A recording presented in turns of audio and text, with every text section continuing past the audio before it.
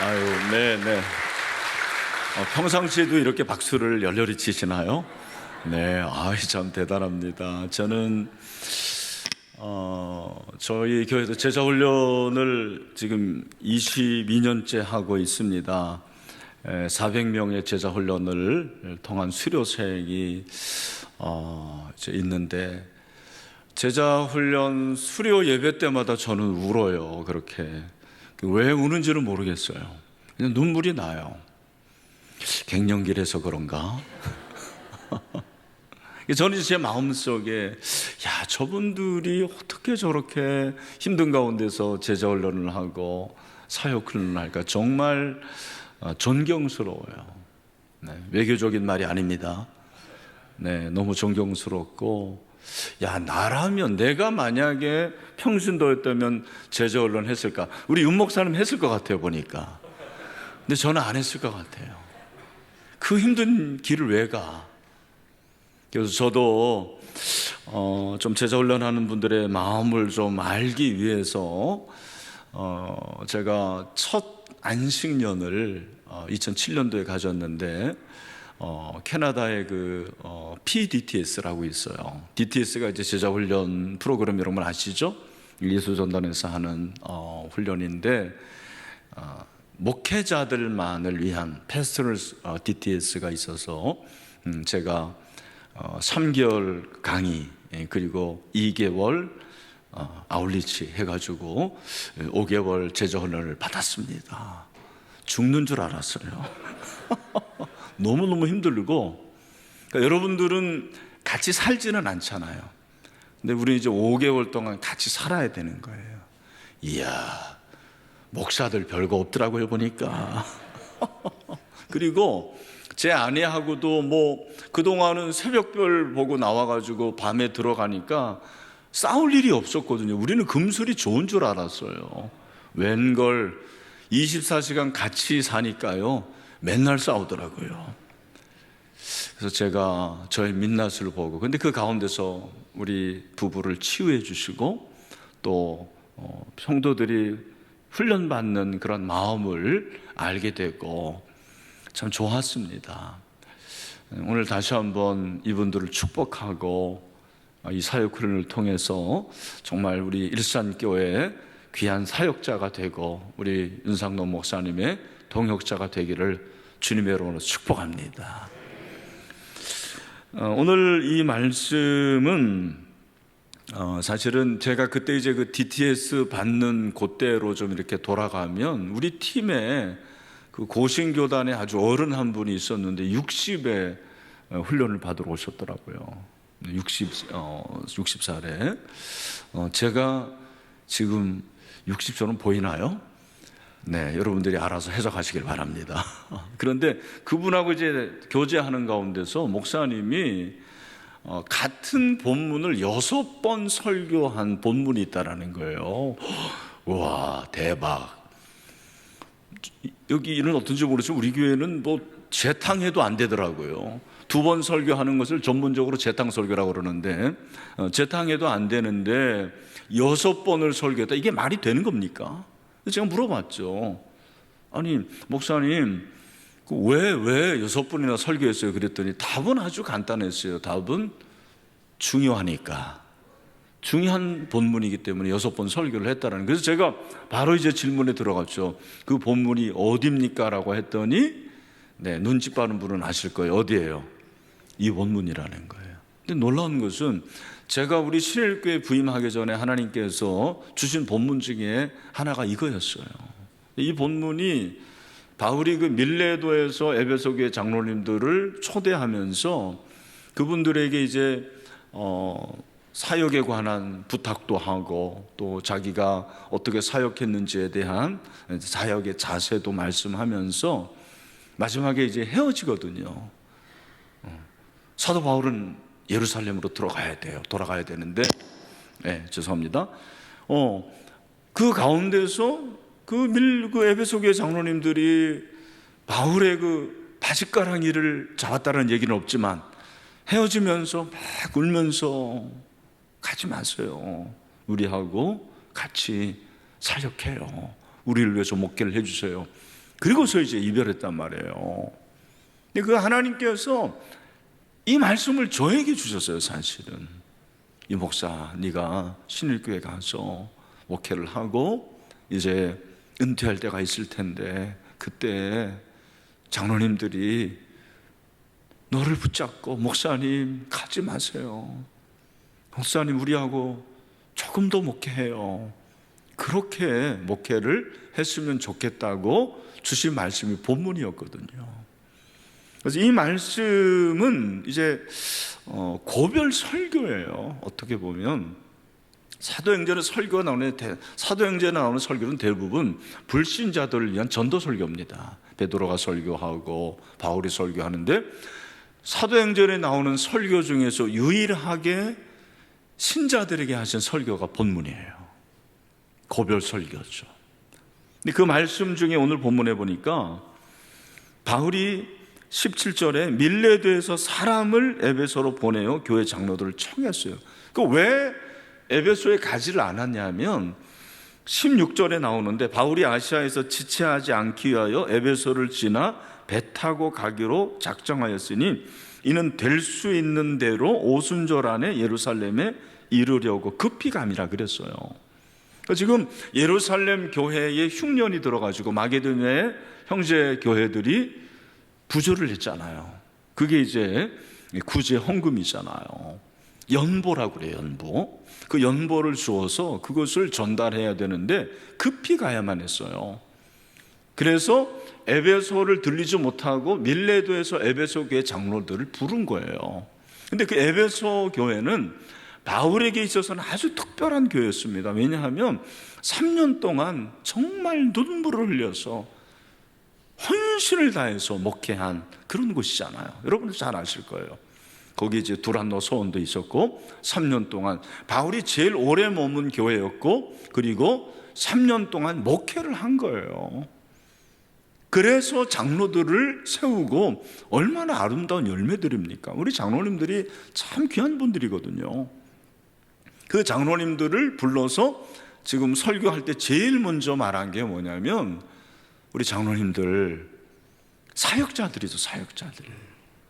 제가 에베소에서 어떻게 목회한 걸 여러분이 아시죠?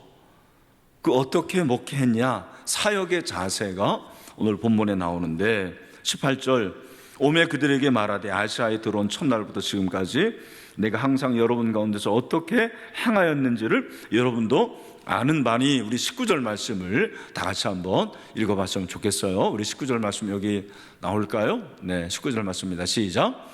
바울이 19절인데 네, 20장 19절 말씀. 네, 시작. 곧 모든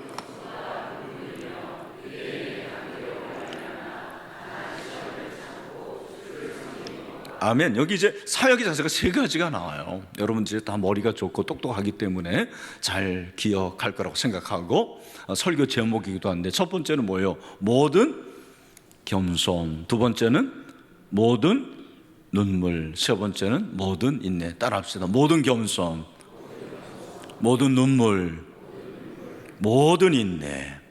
이 세 가지 사역의 자세로 임했다라는 거예요. 우리 사역 훈련을 받으시는 분들이 물론 암송도 하고 또 큐티도 하고 뭐 여러 가지 할 일이 있지만 여러분들이 결국 사역자가 되어야 될 텐데 사역자로서의 자세가 오늘 나오는 거예요. 첫 번째가 뭐라고 그래요? 모든 겸손.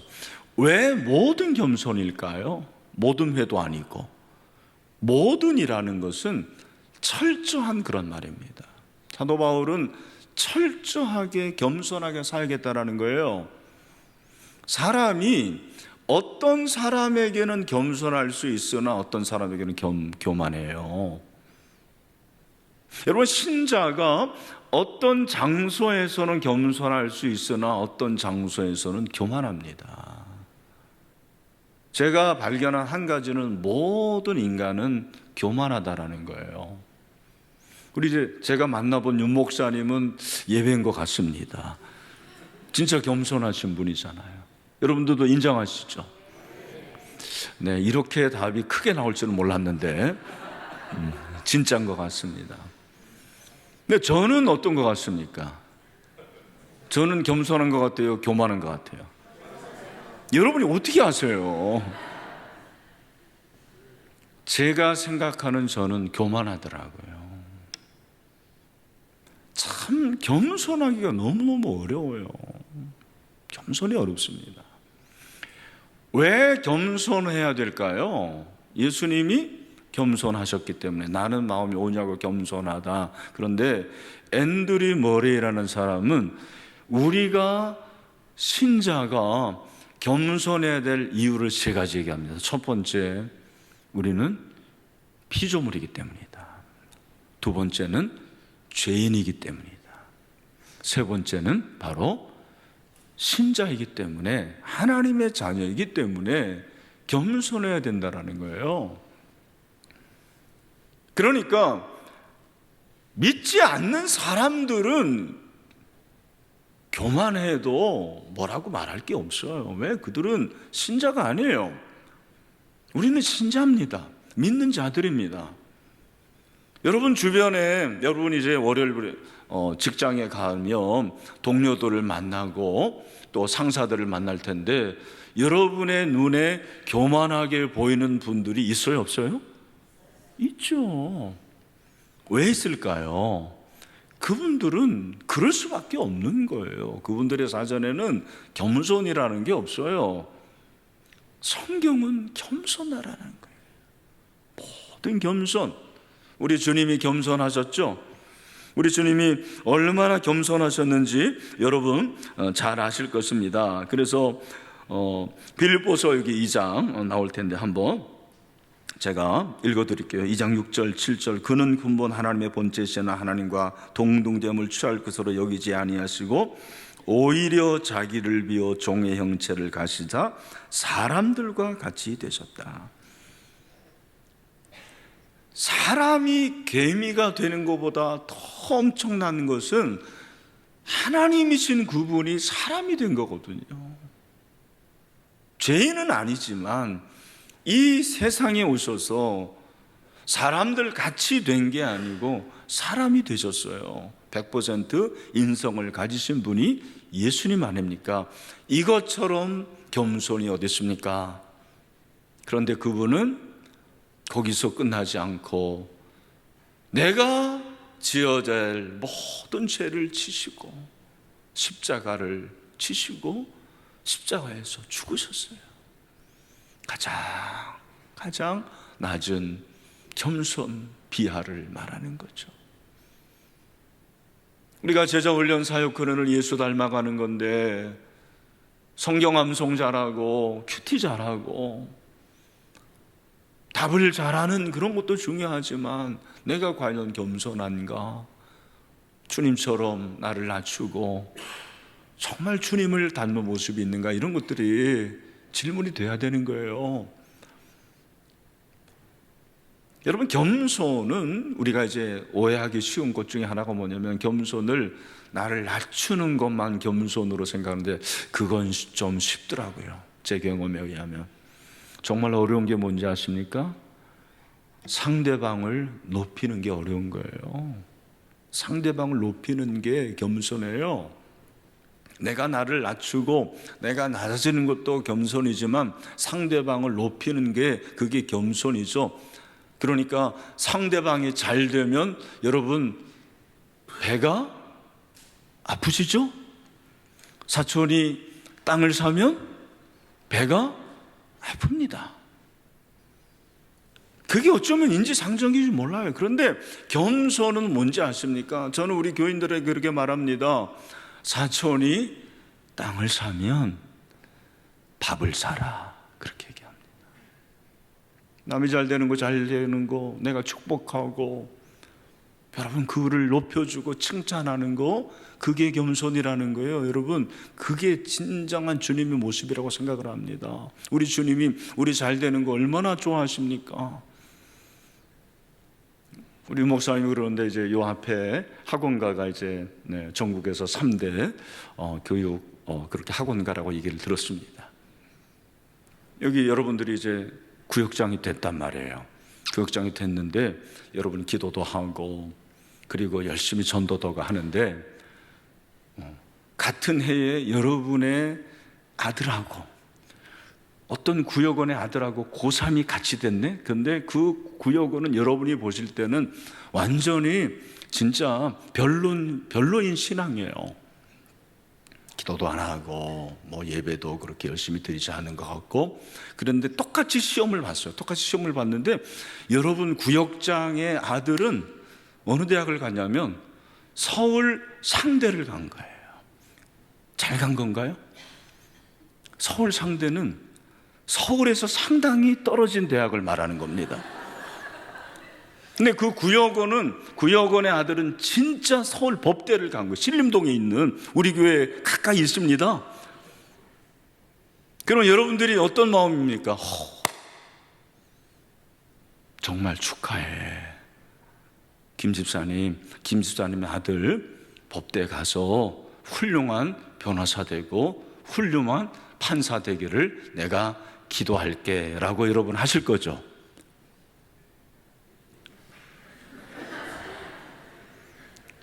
그게 겸손해요, 여러분. 우리 목회자들도요, 굉장히 비교를 많이 합니다. 우리가 같이 목회하고 신대원에서 뭐 같이 공부하고, 교회에서 뭐 같은 교회에서 사역했는데 어떤 사람 막 유명하게 되는 거예요. 저하고 이찬수 목사하고 같이 사역했어요. 근데 이찬수 목사는 아는데 여러분 저 몰랐잖아요. 그렇죠? 근데 그럴 때 이 목사님 축복해요. 정말 한국교회를 위해서 놀라운 일을 하시잖아요. 이렇게 할 수 있다라는 게 이게 겸손이라는 것입니다. 교회 안에서도요, 남이 잘 되는 꼴을 못 보는 거예요. 자기가 자랑하면서, 이 자랑하는 게 아주 교묘하게 자랑해가지고 끝까지 어떻게 해가지고 자기 자랑을 하는 거예요. 여러 가지 뭐 말도 안 되는 얘기인데 그런 얘기를 이렇게 해가지고 결국 자기 손주 자랑하고 아들 자랑하는 게 우리의 일상일 수도 있는 거예요. 저는 정말 자랑하지 말라는 얘기가 아니고 정말 겸손이라는 것이 무엇인지 생각해 봅니다.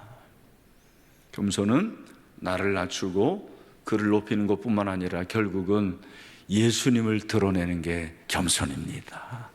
예수님을 드러내십시오. 모든 겸손. 두 번째는 모든 눈물입니다.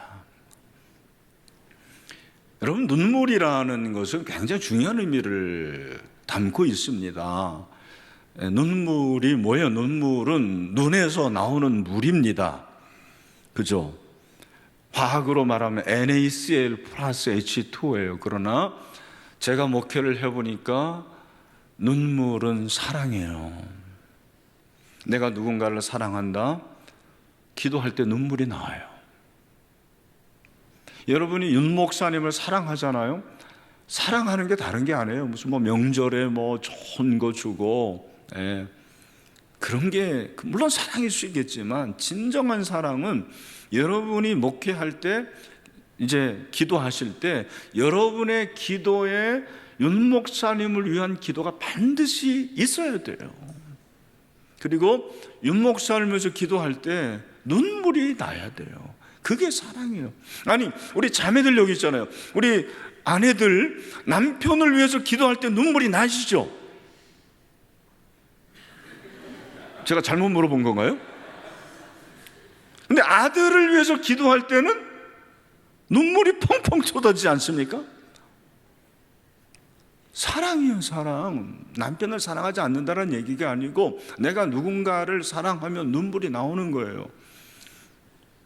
여러분, 이 사도 바울은 에베소 교회를 생각하면 눈물이 나오는 거예요. 눈물로 3년 동안 사역했습니다. 그리고 오늘 본문에 나오진 않았지만 31절에 보면 여러분이 읽게요. 내가 3년이나 밤낮 쉬지 않고 눈물로 각 사람을 훈계하던 것을 기억하라. 사역은 눈물로 하는 거예요. 사역은 눈물입니다. 이제는 이제 고인이 되셨지만 수영로교회 원로 목사님이셨던 정필소 목사님의 어록 중에 하나가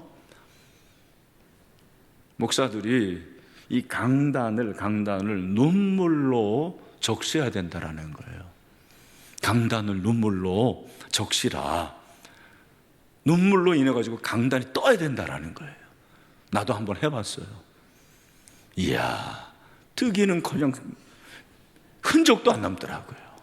그러나 제가 제 기도 제목 중에 하나가 하나님, 제가 제 눈에 눈물이 마르지 않게 해주세요. 그런 기도합니다. 우리 신일교회를 생각할 때, 우리 장로님들을 생각할 때, 우리 사랑하는 성도들을 생각할 때 눈물이 나오는 거예요. 그 눈물을 통해서 주님이 눈물을 닦아주시죠. 그 눈물을 통해서 주님의 마음을 아는 거예요. 여러분, 주님도 히브리서 5장 7절에 보면은 심한 통곡과 눈물로 간구와 손을 하나님께 아뢰었다고 그랬어요. 우리 하나님은 여러분의 눈물을 다 기억하시는 거예요. 일산교회가 90년이라는 사실에 놀랐거든요. 이 90년이 여기 있는 동안에 얼마나 많은 목회자들이 눈물을 흘렸겠습니까? 얼마나 많은 장로님들이 눈물을 흘렸겠습니까? 수많은 권사님들이 눈물을 흘리고 이 교회를 위해서 그렇게 헌신한 거예요. 하나님께서는 교회를 위해서, 영혼을 위해서, 복음을 위해서, 하나님의 나라를 위해서 흘리는 여러분의 눈물을 반드시 기억하십니다. 그 눈물을 병에 담으십니다. 시편 62편 8절, 백성들아 시시로 저를 의지하고 그 앞에 마음을 토하라. 하나님 우리의 피난처시다. 시편 56편 8절, 나의 유리함을 주께서 계수하시니 나의 눈물을 주의 병에 담으소서. 이것이 주의 책에 기록되지 아니하였나이까. 여러분, 주님을 위해서, 복음을 위해서, 특별히 영혼을 위해서 눈물 흘리셔야 돼요. 여러분, 이제 구역장이 될 텐데 가장 훌륭한 구역장은 사실 성경을 잘 가르치는 구역장이 아니더라고요. 사랑이 많은 구역장이에요. 근데 그 사랑은 기도로 되는 거예요. 아, 우리 구역장은 나를 위해서 기도해 주는 분이야. 늘 눈물 흘려주는 분이야. 그러니까 제일 먼저 생각나는 게 구역장이야. 어려움이 있으면 친정 엄마도 생각나지만 구역장에게 전화해서 구역장님, 저 이런 문제가 생겼네요. 이런 아픔이 있네요. 그래, 기도해 줄게요. 이게 이제 사역이라는 거죠. 여러분, 눈물을 주님이 기억하시거든요. 모든 눈물로 사역하는 여러분이 되시기를 축원합니다. 마지막으로는 이제 뭐죠? 모든 인내로입니다. 여러분, 사람이 성공하지 못하는 이유가 머리가 나쁘거나 능력이 없어서인 경우는 많이 없다고 그럽니다. 왜 성공하지 못하느냐면 인내하지 못하기 때문이라는 말을 들었습니다. 저의 목회 가운데서 가장 어려운 것은 인내였습니다. 참는 게 어려웠습니다. 참을 일이 천지빛깔입니다, 진짜. 참아야 돼요. 참아야 하느니라. 우리 주님이 참으셨어요. 사랑은 오래 참고 사랑은 온유하며. 그러면서 여기 보면 참으며 견디는 제일 많은 게, 사랑에 관한 그 말씀 중에 가장 많은 게 인내더라고요. 제가 한번 생각해 봤어요. 하나님이 나를 얼마나 오래 참으셨을까? 오늘 제가 이 자리에 있기까지 우리 하나님이 얼마나 오래 참으셨을까? 저는 저희 부모님이 생후 6개월 때 제가 이제 폐렴에 걸려서 죽을 뻔했는데 살려주시면 목회자로 바치겠다고 그래가지고 제 허락도 없이 그렇게 바치셨다고 그랬는데 제가 살아났거든요. 근데 그때부터 목사가 된다고 했지만 제가 생각해 보면은 목사답지 않은 일을 할 때가 얼마나 있습니까? 근데 하나님이 참으시는 거예요. 야, 너 잘할 거야, 잘할 거야, 더 나를 닮아갈 거야, 그렇게 말씀하시면서 오래 참으셨는데 내가 성도들을 참아주지를 못하더라고요. 그래도 지금은 이제 많이 참는 편인데, 제가 이제 이런 흑역사가 있습니다. 제자훈련을 시작한 지 한 3년 4년 됐나? 어느 날 제가 제자훈련반에 들어갔는데 하나님 앞에서 그 숙제 검사지가 있잖아요. 보니까 이야, 이분들이 도대체 숙제를 안 해오는 거예요. 우리 교회는 잘 해오는 편인데 이상하게 뭐 그 주간에 뭐가 그랬는지 성경도 제대로 읽지 않고 큐티도 제대로 안 하고, 도대체 마음에 안 드는 거예요. 갑자기 속에서 이게 뭐가 올라오더라고요. 참았어야 되는데 제가 그때는 참지를 못하고 뭐라고 그런지 아십니까? 오늘 제자훈련 안 합니다. 그리고 나와버렸어요. 그리고 제 방에 왔습니다. 얼마나 마음이 불편한지. 제가 회개했죠. 하나님, 제가 이 정도밖에 안 됩니다. 너무나도 부족합니다. 도저히 가만히 있을 수가 없어가지고 그 장소로 가봤어요. 가봤더니 아무도 없더라고요. 자, 근데 여기 반전이 있어요. 반전. 외부 건물이었는데 다시 제 방으로 올라오는데 지하에서 무슨 소리가 나는 것 같아요. 가봤더니 회개를 하고 있는 거예요. 우리가 제대로 못했습니다. 용서해 주세요. 숙제도 제대로 못하고. 제가 그 사건을 계기로 화내지 않기로 결심했어요. 화내지 말자, 인내하자, 오래 참자. 여러분, 교회에서는 참을 일이 너무 많아요. 여러분들이 이제 사역자로서 사역을 해보면 정말 영혼에 관한 일은 참지 않으면 안 됩니다. 오래 참아야 돼요. 임계점이라는 게 있더라고요. 물이 100도가 돼야지 끓는 거예요. 99도만 돼도 안 끓어요. 1도를 참지 못하면 물이 끓질 않습니다. 증기기관차가, 그 엄청난 기관차가 212도가 돼야지 움직인다고 그러더라고요. 211도만 돼도 안 된대요. 1도를 못 참아서 못하는 거예요. 우리 일산교회 90년 동안 많이 참으신 거예요. 여러분이 정말 수고하신 거예요. 그래서 오늘날에 이 일산교회가 된 줄로 믿습니다. 그래서 모든 겸손과 눈물과 인내로 사역하는 거죠. 이제 시간이 거의 된 것 같은데 제가 할 말은 많은데 이것만 하고 마치겠습니다. 오늘 말씀에 보면 24절이죠. 내가 달려갈 것과 주 예수께 받은 사명 곧 하나님의 은혜의 복음을 증언한 일을 마치려 하면은, 따라합시다. 마치려 하면은 사역은 마쳐야 돼요. 사역은 마쳐야 돼요. 도중에 포기하고 도중에 도망가고 그러면 안 돼요. 여러분이 사역 훈련 받았기 때문에 우리 일산교회에서 특별한 일이 없으면 일산교회에서 귀하게 사역을 감당하고 뼈를 묻으시기를 바랍니다. 네, 그게 중요한 거예요. 그 플러신학교에 로버트 클린턴이라는 교수가 있는데 이분이 이제 리더십 전공자인데 성경에 인물이 한 3,000명 정도 나온다고 그래요. 근데 이 3,000명을 연구를 하고 조사를 해봤더니 이 3,000명 중에 처음부터 끝까지 자기의 사명을 잘 감당한 사람, 이런 사람을 선종했다고 그래요. 선종. 착할선에 맞출 종자. 영어로 finishing well이에요. F-W. 자기의 사역을 끝까지 성공적으로 감당한 사람은 20% 정도 된다는 거예요. 나머지는 다 용두사미가 되고 나머지는 다 도중에 포기하고 실패하고 그렇게 됐다라는 거예요. 여러분, 여러분의 사역이 끝까지 주님을 본받고 주님을 따라가고 주님을 위해서 최선을 다해서 끝마침이 있는 선종하는 사역이 되기를 주님의 이름으로 축원합니다.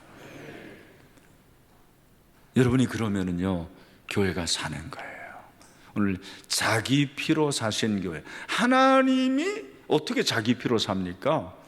하나님은 영이기 때문에 피를 흘릴 수가 없는 거예요. 그래서 왜 하나님이 자기 피로 산다고 했느냐? 28절에 우리가 교회를 이제 주의 피로 샀다고 그랬는데, 정확한 표현은 하나님이 자기 피로 산 거예요. 하나님의 피. 하나님이 영이기 때문에 피를 흘릴 수가 없어요. 그래서 아들을 보내셔서 아들이 죽어서 교회가 생긴 거예요.